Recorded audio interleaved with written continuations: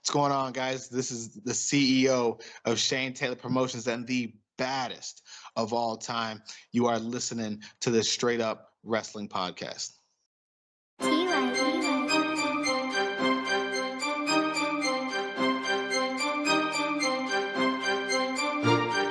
Five, four, three, two, one, zero. All engine running. Liftoff. I'm a lion in the jungle. I'm a lion in the jungle. I'm a lion in the jungle. This is Straight Up a Wrestling Podcast. And this ain't just like any other show. This is the baddie show. I'm sitting here with none other than himself, the baddest man walking the planet today. They're not lies, people. They're facts. All you got to do is check him out. He's here now. It's just Shane Taylor, people. How are you, Shane? I'm good, man. I'm good. I'm glad we could finally get at this schedule. I know it's been a crazy few weeks. I hope all is well with the family. Yeah, man. The wrestling world's going crazy right now. Wrestling world is blown. Wrestling world is blown. Wow. You know, I'm one of these people myself that I steer away from dirt sheets and I stay away from hearsay, and until I hear it from the horse's mouths, Right. I don't believe shit, you know. And I got woke up at like 4 o'clock in the morning the other morning, and my friend of mine, and she sends me this message, and she goes, "Dude," she said, "is this real?" I'm like, what are you asking me for? And I'm like, she goes, "Yeah, but you're going to sit down with Shane." I said, "Hey, so you're showing that to me, and that doesn't look like something that's just fallen off. You know what I mean? The dirt sheet." And I was like, "Oh my God." Right. I mean, as upsetting. No, it's not upsetting. It's disappointing because you have so many talented men and women in that locker room who have absolutely busted their ass for the past few years to dig ourselves out of a hole that the talent didn't create. You know what I mean? And so even with that, it seemed like no matter what we were doing, dirt we just kept getting tossed on us. You know what I mean? We'd crawl, reach the top, boom. You know what I mean? Crawl, reach the top, boom. And then it's like, yo, there's steps that we can take to help, you know, carve out steps in this hole, or bring a ladder down in this hole and help this, and just none of it ended up being used or, you know, or executed the way that it was explained. And so you get, you know, you have the situation that we have. So it's disappointing knowing how much passion, how much effort, how much blood, sweat, and tears have, you know, gone into these past few years to truly put the focus back on ROH. And what's really disappointing is we felt like we were on an upswing. You know what I mean? I was going to say that. I mean, like we had turned the corner, and all we were waiting to do was really start to get fans back and start going back on the road. You know what I mean? And even the events that we had with fans there were absolutely amazing shows. The crowds were going nuts. So for us, it was like, all right, here we go. You know what I mean? And yeah, it's a crazy time. Wow. I mean, for me, I mean, I don't put myself as a guy that's, you know, I'm not a WWE guy, I'm not an AEW guy, I'm not an ROH guy, I'm a wrestling guy. Right. That's exactly what I am. I mean, you don't want to see any businesses, you know, anyone struggle, you know, like you say, it's lives. You know, you start with nothing in wrestling, and you aim to leave with something, you know. Right. A half-filled dream to you guys who bust your asses to get to the top. Right. You know, like you say, you do it or you die trying type of thing. You Basically. know? And I looked at that and I was like, wow. That for me was hard to take because, I mean, I started, in 2002 when ROH started the same time as TNA. Right. And then, it went from 2002 to 2004, another takeover. Then it was taken over again in 2011. Right. Yeah, I think people forget that the business that you see today wouldn't be where it is today without ROH, And it's and for a long time on social media, the trend was to shit on ROH. Like that was the popular thing to do because this new shiny thing popped up. And what people just seem like what wrestling fans know, but what a lot of just, I guess, casual fans don't realize is damn near every top star you see in every American company has Ring of Honor ties or was a Ring of Honor original. You know what I mean? Like, you wouldn't have the CM Punks, you wouldn't have the Seth Rollins, you wouldn't have, the Bucks, you wouldn't have, all of these people. Yes, they'd all be successful in their own rights, but that is where their platforms were created. You know what I mean? They came through that academy. Absolutely. You know what I mean? So Ring of Honor, I feel as though it's bittersweet, right? Because you don't like to see something like this happen, but at the same time, I feel like finally it's one of those you don't know what you got till it's gone things. And Ring of Honor has left an undeniable blueprint, an undeniable fingerprint on this industry. And I feel as though that's going to be its lasting legacy is a place that launched greatness, is a place that, talent could come and hone their craft and become stars. I'm obviously there's a lot of unfulfilled goals that I had with ROH, but they were the first to give me a chance, and even when things looked dark, took a chance on me and the guys. Not everybody, because a lot of people were against it, you know what I mean? But I had enough people there that were able to trust in me to create something special. That's what we got in Shane Taylor Promotions, and I feel like we're just scratching the surface of what that can be. Not, you know what I mean? Not just to wrestling, but to our entire, this entire community, not just to one company. So I'm looking forward to what the new year brings. A lot of opportunity out there. I've already made some calls. I've already had some calls. So we're going to make sure that come the beginning of the year, we get everybody's attention. Sir, and you will. You will. I mean, I got the pleasure of sitting down with you last year. And right then it was yourself, Khan, and Moses. In came O'Shea Edwards. And I never spoke to you, but that was a guy I was looking at on the indies. And I was like, wow. This guy's a bad man. He's a bad man. And then you came in the Reverend. And dude, I look at him and I listen to him. And I listen to him. Right. And when he speaks, you see the whole picture. You're never mind Roman Reigns' head of the table. You're the head of any table you sit at. I mean, and that's really kind of been the focus, and that's been the overall message is, and it goes past just who I am and what wrestling is, but it speaks to a bigger picture, not just in life, but especially in the Black community. It's stop waiting for someone else to give you a seat at their table. Go make your shit. You know what I mean? Go take your shit. Go create your own. Go be your own boss. Go do what you want to do. Find like-minded people that will go as hard for you as you go for them and make something happen. And that's exactly what the spirit of STP is. And actually, when I started it it was me and Rev first. You know, Rev is the VP, he's the COO.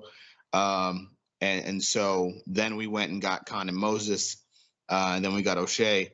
And in talking with all of them, sitting down with them, seeing who they were as people, what their goals were, personally, professionally, business-wise, what they wanted to accomplish, what they wanted to have and get out of wrestling.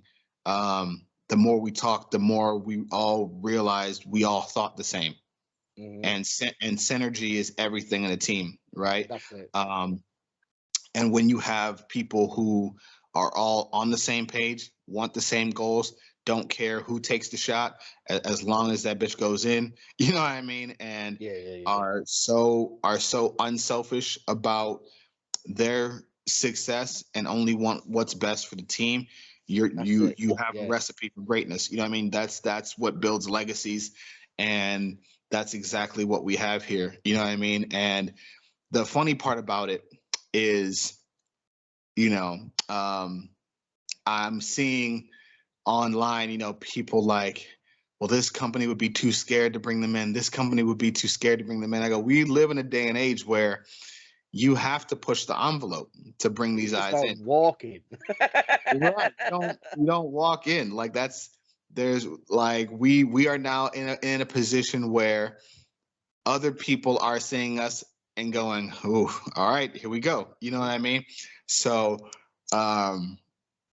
we're going to create some waves, and we are definitely what's missing from a lot of places, that attitude, that fire, that no nonsense perspective from a different face, from a different set of eyes, from a different community.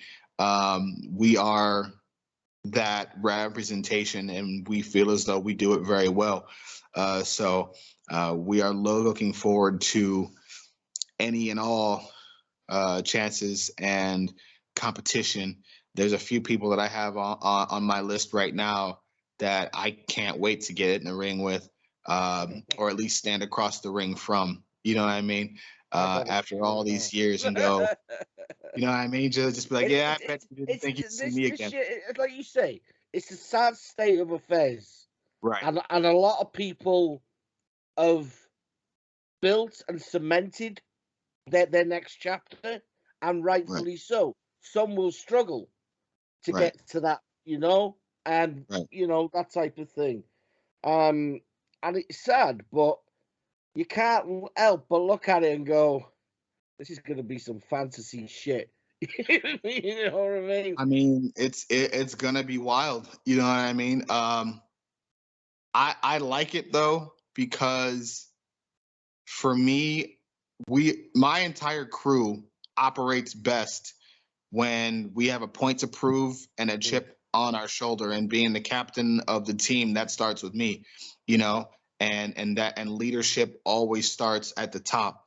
So I set that tone, and everybody follows suit and pushes it even further. So wherever we go, wherever we end up, the goal is to be all there together, to walk in together and make a statement the very first night that this is no longer business as usual. However long, Wrestle Kingdom.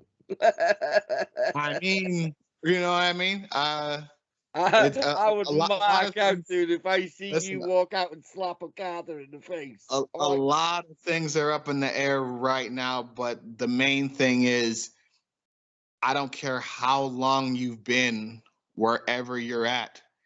That was your time to cement your spot. That was your time to cement your legacy. That was your time to cement your main event.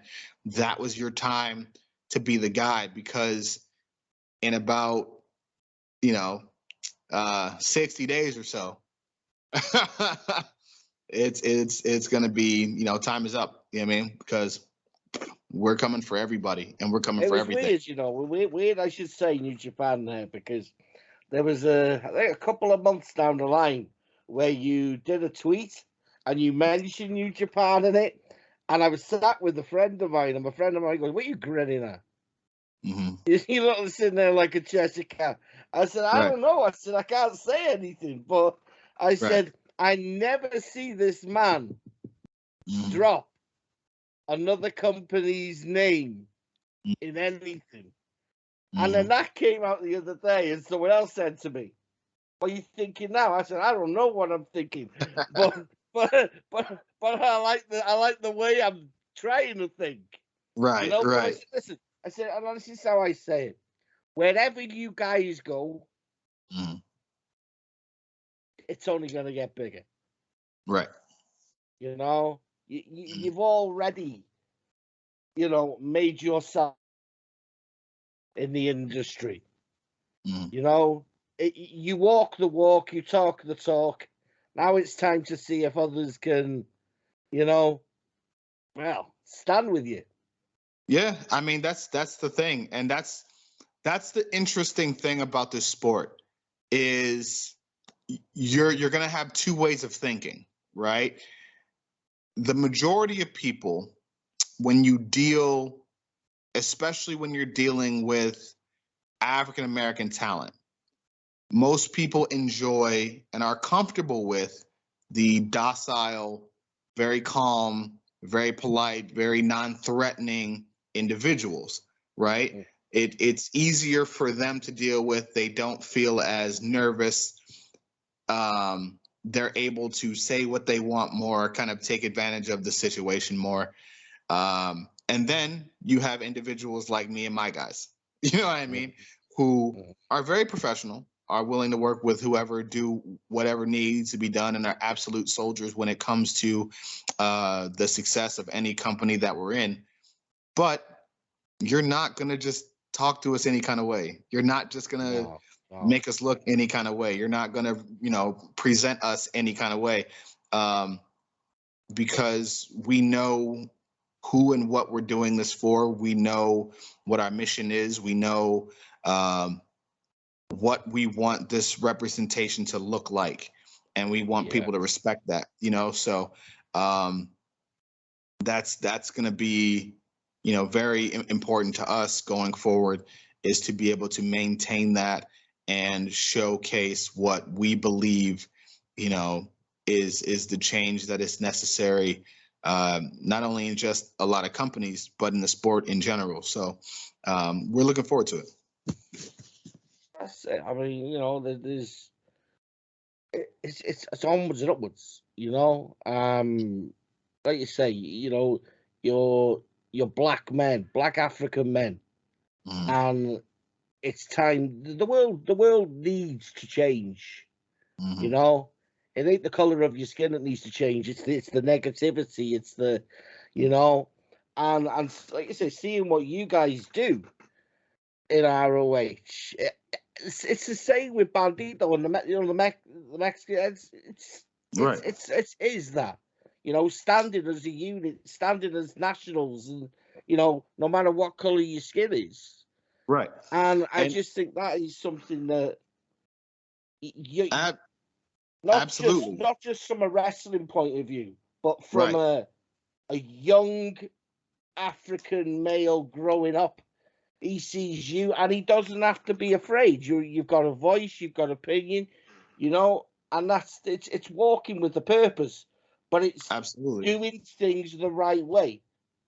Absolutely. And that's what kind of seems funny to me about a lot of things is pride in your culture is celebrated just about everywhere else. And then when it comes to us, people start to get nervous. And that's where I correct them. I go, no, if you have no problem with anybody celebrating being British or Irish or any other thing, right? Us celebrating who we are and being proud of that should not make you nervous. If it does, that's not our problem. That's something you have to look at yourself and see why that makes you nervous, right? Exactly. That's what I say. If you get nervous about something, and that's something that has been created, and know it, but you're tiptoeing around it. It's that tone in your voice goes all funny, and you just, right. And you start to get nervous and look around and sweating now. Hands all clammy. You know what I mean? And it's just like, no, man. What are you so nervous about? Into your teeth. Right. You know what I mean? Get the dry mouth, like That's it. That's it. That's exactly what that is. Mm. It's weird because I mean, when this interview's been set up for a while, a few stopping blocks and that, but for a while I was just like, what do I say to Shane? I mean, we know where you're from in Cleveland. We know you're a proud man. Growing up, we know you're a family man. ROH, hey, dude, you outbuild. You know this last chapter. It ain't ended. It ain't ended in the right way. But I mean, them saying that the doors will open again in April. Right. I don't know. I don't know where I stand on stuff like that because I look at it and I think, unless you've really got a plan up your sleeve, and you're Right. gonna be the promotion. New Japan walks out in the US, and it's something to do with that. I don't know, but I just look at it and I think you've got a plan for the future, but you got a plan for the future fucking months ago. You could have planned for the future years ago. Yeah, but that's it. You know. You know what I mean? And that's You know? and again, it's frustrating to get your rare talent you have now, brother. And this is what I liken it to, right? This is the frustrating part. Imagine a football team, right? Imagine a club where you had Messi, you had, New England Patriots with Brady. Right.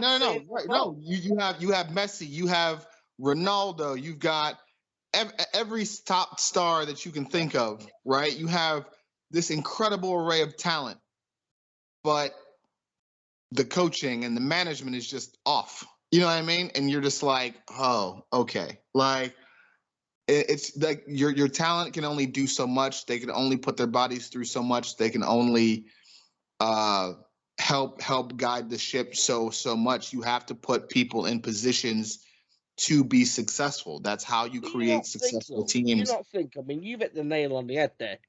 And like I said, I'm here to talk about you.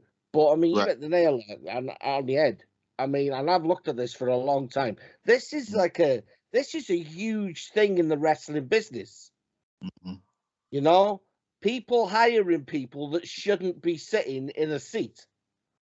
You know, I want to know why where the guys like Carino and all these guys that knew wrestling. They found jobs elsewhere. You know what I mean? Which is that's it. But that's the thing about it too. Like it's very tough for non-wrestling minds to run pro wrestling.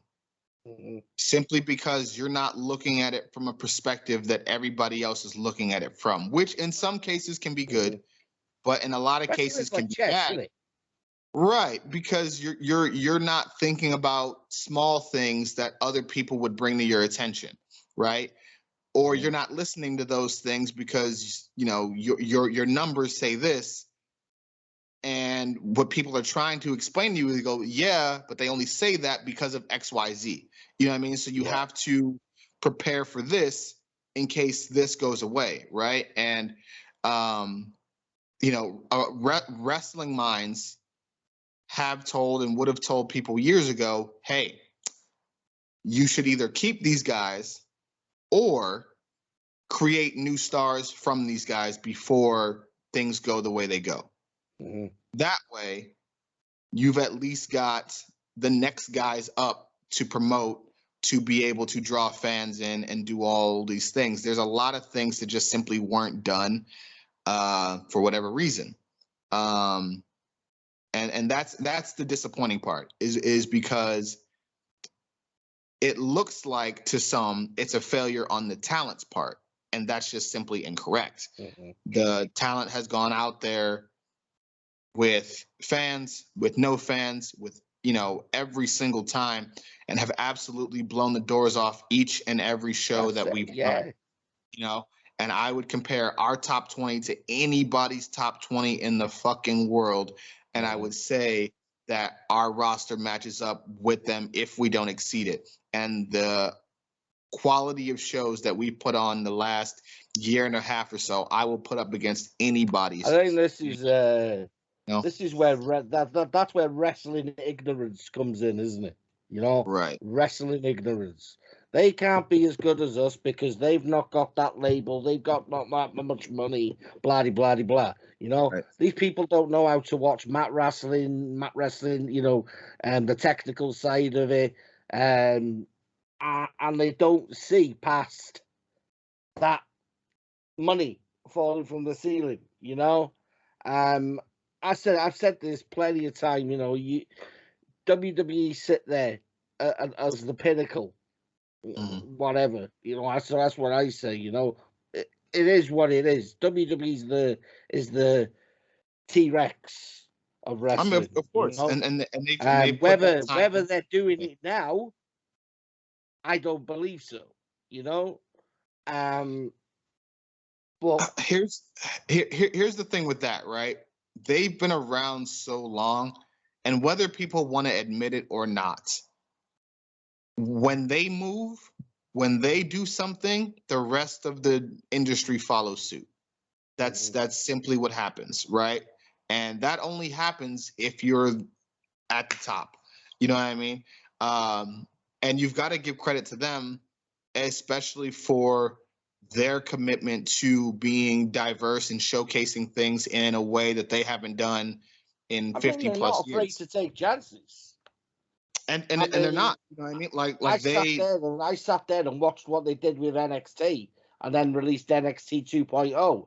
But I still said to myself, why? what was seriously that wrong? You know, but they did it. And it wasn't without thinking done. You know, they must do things within like a 24 to 48 hour and just, you know, kind of thing and go, yeah, something went right with that. Let's make a change. No, I mean, I feel as though there's probably more put into it than that, because what a lot of people don't realize is we don't really know what they're doing until it gets out, but we have no idea what was going on weeks ago, months ago, years ago. You know what I mean? So something could be brought to our attention and it seems fast, right? But this could have already been talked about 6 months ago, and they were just putting things in place. You know what I'm saying? And then when it was time, okay, boom. It seems fast because we already had this set up.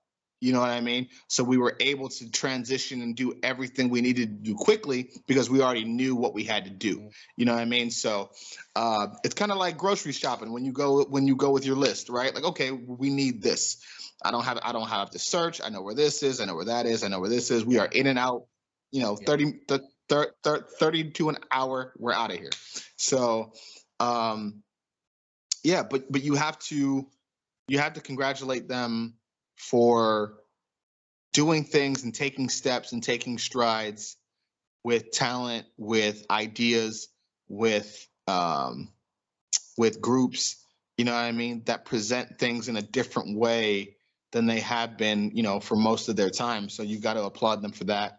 And it's great to see a lot of that change starting to happen in the sport, you know, and that's our biggest goal, you know, for us, is to be able to bring that change as well to wherever we go. You know, there's still a lot of work to be done, you know, in a lot of companies across the country, across the globe. So by no means are we satisfied with where we're at.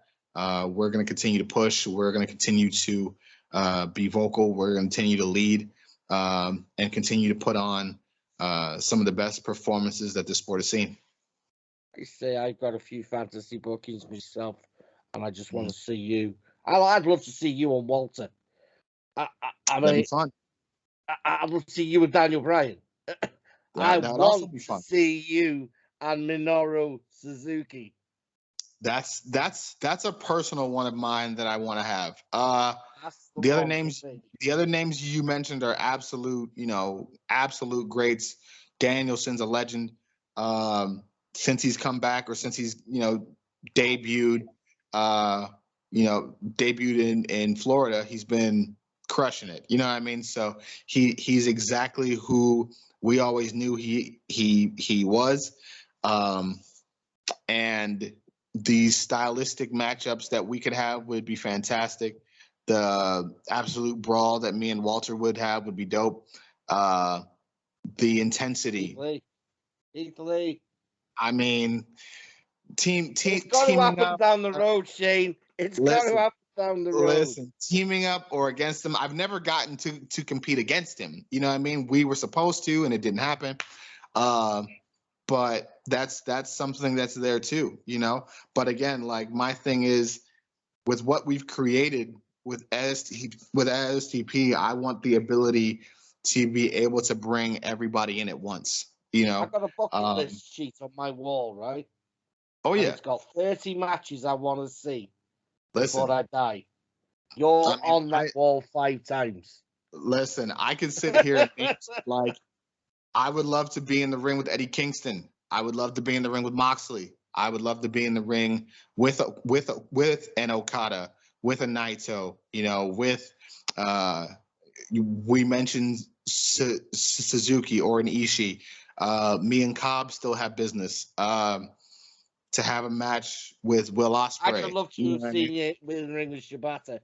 You know? You know what I mean? Like that's these matches I feel like are right up my alley. And of course you've got O'Shea, but there's so many tag teams for Khan and Moses. Exactly. You know what I mean? From FTR to Briscoe somewhere to the Bucks to, you know what I mean, to LFI, like I mean to Los Ingo, and now they upon LIJ. Like there's so many potential. Like on the wrestling business, just be able to work together, you know. If you could figure that out, man, you could have saved a lot of people a lot of money and a lot of stress.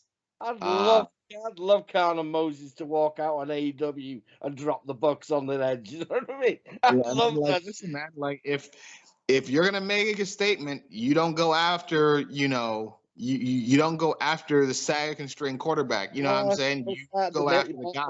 You go straight to the top.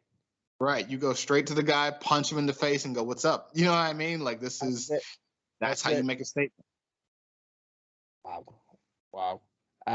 We're nearly done, Shane, but I got to ask you. I really got to ask you, right? Mm-hmm. Michael Tarver, Lion in the Jungle. Dude, I can play that fucking anywhere. And people go to me, whoa, what the fuck's that? Right. I was like, this is the shit. It's so good. This is like the greatest wrestling theme tune ever. And one of the things that I pride myself on as I tell the story of who Shane Taylor is and the evolution from and I saw this on Twitter, so I'm gonna steal it, but it summed it up perfectly, from being the hitman for hire to simply just being the man.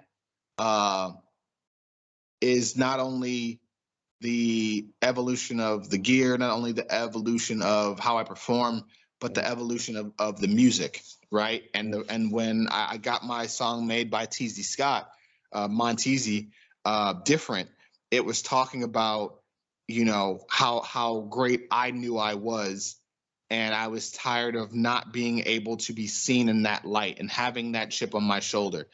And after the successful TV title run, after creating STP, after, you know, gaining the 6-man titles, bringing my guys up with me, now we're at a point where, okay, this is no longer me being underestimated. This is me now establishing dominance of where I'm at and going, I don't need your affirmations to tell me who I am. I know who I am. Whether you want to believe it or not, that is up to you. That doesn't affect me. I know I'm the man. I've been proving it for the last 5 years. You mean I will sit here and say, even with all of the fantastic talent that we have, there hasn't been anybody putting on consistent performances like I have for as long as I've been doing it. And that didn't stop once I brought all the guys on board. It only made everybody better. And so for me, that is the case. It's like, you know, I am that guy. No matter who you want in that spot, no matter who you give all of the attention to try to cultivate, no matter who you try to make in, you know, the images of the past, all of that doesn't help the fact that I'm still standing here. I'm still the fucking man. You know what I mean? And now we're in a position where we get to prove that somewhere else, you know, and I'm excited for that challenge. I'm excited to be able to finally truly have the opportunity to do that without without people trying to hang over my head and suppress what it is that we're doing. So it's going to be a fun time. I can't wait. I mean, I can't wait. Let's just ask you one more thing. Of course. Xbox, dude. Xbox. This man loves the dubs. He's gonna get them dubs. It's all about PlayStation. How bad do you love Warzone? I've actually been on this 2K kick for a while, trying to grind my player to get to level 40 so I can get this legend status. So I actually just was running with my boys before this. Shout out to the Crown Kings. But yeah, man, Warzone is dope. Like, coming from a military family, of course, nothing really transfers to the game, but strategy, being tactical, blowing shit up, you know what I mean? Like, that's always fun. That is my personality to a T. You know what I mean? Like, find your way to attack and then blow shit up. You know what I mean? That's it. Rushing them targets. Absolutely. So, man, and then with 2K, you've got the ability to be able to be just as tactical, break things down, look at your opponents, pick out weaknesses and things like that. So all of these things my son's a Cleveland fan. Yeah, he's smart man. A Cleveland fan. Smart man. Dad, LeBron's gonna come home again one day. Listen, he might own the Cavs one day. You know, because we're like Liverpool fans over here, and LeBron James owns a 10% stake in Liverpool Football Club. See, you know, that's what I'm saying. Didn't they just win? LeBron James has got his own lines, right? Clothing lines, and everything out in the UK. The man is. I mean, people can say what they want. Well, he didn't go to college. He made $100 million out of high school. What did you do? You know what I mean? Like, exactly. Let's be real. You know, that's my same problem when people talk about like Floyd Mayweather, and they'll be like, "Oh well, Floyd can't read." I go, "Does that make you feel good to try to like belittle the man who's made billions of dollars beating to read? He pays people to read for him." Like, listen, the man can read a contract. The man can, you know, like, he made $200 million in 40 minutes of work. Fuck are you talking about? Like, that's what I'm saying. People, the world's just full of fucking hate. The world's just full of hate. They don't like what, because other people do what you can't do. And it ain't you can't do it. It's you're too fucking lazy. Exactly. There is. Draymond Green was telling a story about Kobe Bryant, and I guess Draymond was getting upset at the fact that there were people who were kind of taking his passion and, you know, manipulating that for anger or anything else like that. And Kobe told him, he was like, "Look, man, you can't expect people to understand the level of greatness that you're trying to achieve, because they're stuck in mediocrity. They can't fathom what it is you're looking at, what it is you're trying to ascend to, because that's not even something that they can tangibly even think about. So it seems crazy to them that you would even believe that you could do that, right? So you can't expect them to understand, right? Because only people like you who have that same mindset are going to understand that, right?" And when I heard that, it put so much stuff into perspective. Like, you simply can't be you're never going to be criticized by someone who's doing better than you, right? Only worse. You know what I mean? So knowing that, and knowing that there's just so many people out there that simply don't understand that you can be passionate about what you do, wanting it to be the absolute best it can be, and wanting all of the reasons you do it for to work and be successful, and simply want it because it's the right thing to do. Yeah. You know what I mean? So for those that do understand that, it's an absolute great thing to bring them that. And for those that don't, the message wasn't for you anyway. That's it. So we're going to continue to do what we do. That's it. Right, Shane, this has been... It is, I mean, it's there, sir. It's there for me. I mean, much respect as always, much love, much respect. Whatever, sir, comes your way is well earned, justified. SCP people, Yes, it ain't sir. going away. It's just getting fucking started. Yes, sir. And if I don't tell you, this man will tell you. Shane, where can we find you? At Shane216 Taylor. That's Twitter and Instagram. Check out the links in the bio for all of your merchandising purchases. We're getting towards the holiday season with everything going on. Anything that anybody wants to pick up would be greatly appreciated. All of my guys as well are on there. Any tweet of mine, I'm sure they'll be tagged in it, or you'll be able to see them there. Follow them as well. Go to the Pro Wrestling Tees, go to the What a Maneuver stores, go to the ROH shop while you still can, and just show your love and support. It's been absolutely incredible so far, and everybody is waiting with anticipation to see what the next move is. And so for us, we are going to sit down with some people, make some calls, have some meetings, take the rest of the year to sort of game plan what we want to do, and then become the beginning of the year, absolutely make anybody pay, that doubted who we are. So it's going to be fun. Yeah, you're safe. I'm safe. You're safe. Sorry, you're It's making gonna damn be love, people. For real. Right, Shane, my brother, Yes, sir. thank you, sir. People, we are the Straight Up Wrestling Podcast. We don't bring you dirt sheet news. We bring you facts. Absolutely. Ciao for now.